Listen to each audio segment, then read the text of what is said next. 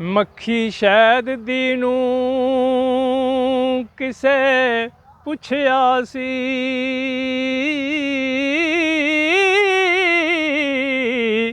ਤੇ ਛੱਤਾ ਨਾਲ ਸ਼ਾਖਾਂ ਖੂਬ ਜੋੜਦੀ ਤੂੰ। ਸਮਝਦਾਰ ਅਤਾਰ ਨਹੀਂ ਸਮਝ ਸਕਿਆ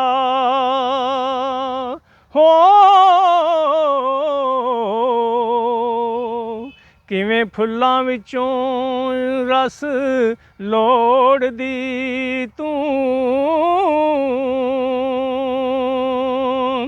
ਤੇ ਕਰਕੇ ਤਵਾਫ ਤੇ ਫੁੱਲ ਤੇ ਬੈਠ ਜਾਵੇਂ, ਹੋ ਨਹੀਂ ਪੱਤਿਆਂ ਪਕੜ ਮਰੋੜਦੀ ਤੂੰ। ਹੋ ਨੁਕਤਾ ਦੱਸ ਸਰਦਾਰ ਖੁਦਾ ਕਰਕੇ ਹੋ, ਕਿਵੇਂ ਫੁੱਲਾਂ ਚੋਂ ਸ਼ਹਿਦ ਨਿਚੋੜਦੀ ਤੂੰ।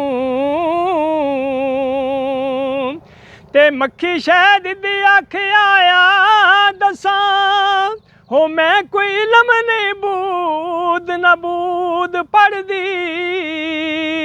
ਹਸਦ ਬੁਖਲ ਨਿਕਾਲ ਕੇ ਦਿਲੋਂ ਜਾਨੋ ਹੋ, ਸੱਤਾਂ ਮੰਜ਼ਲਾਂ ਵਿੱਚੋਂ ਮਕਸੂਦ ਪੜ੍ਹਦੀ। ਤੇ ਹਾਜ਼ਰ ਨਾਜ਼ਰ ਸਰਕਾਰ ਨੂੰ ਸਮਝ ਕੇ ਤੇ ਪਾਕ ਇਸਮਾਂ ਵਿੱਚ ਵਜੂਦ ਪੜ੍ਹਦੀ। ਹੁੰਦਾ ਸ਼ਾਇਦ ਨਸੀਬ ਸਰਦਾਰ ਸਾਇਆਂ, ਕਮਲੀ ਵਾਲੇ ਤੇ ਜਦੋਂ ਦਰੂਦ ਪੜ੍ਹਦੀ।